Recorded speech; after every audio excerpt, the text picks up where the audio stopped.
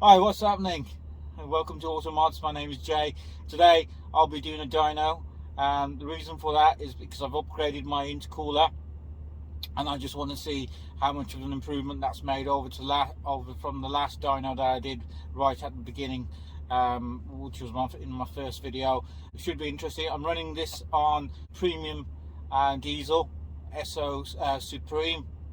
Previously I used SO as well, so it'd be a fair comparison between the two. So I'm going to just go out and do my run now. I'm just going to just set up my phone into dyno mode. Anyway, for the purposes of this, as the dyno's here, I'm setting up the dyno now, so I can get started. The engine is coming up to temperature, so that should be okay.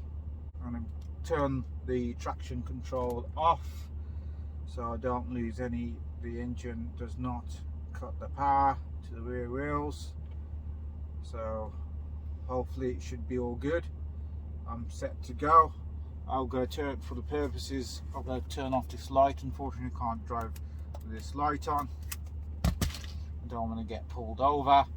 At least then you can see it all working. I've got my dash cam as well, just for safety.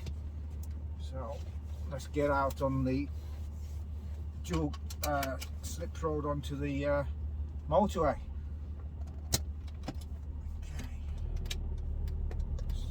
Reversing the manoeuvre. Okay. It does feel a lot nicer to drive, this does, and it's giving me more MPG as well. I've noticed I'm getting a bit more. I'm just going to wait till the turn red so I can set the start up, because I want to let these cars go so I'll get a bit of a clean run. So that will give me a bit of time to get up to speed. It's a bit tricky because I've got to do it smoothly, otherwise if I jerk it, it's gonna start the test off. So I have to go steady, get it into third.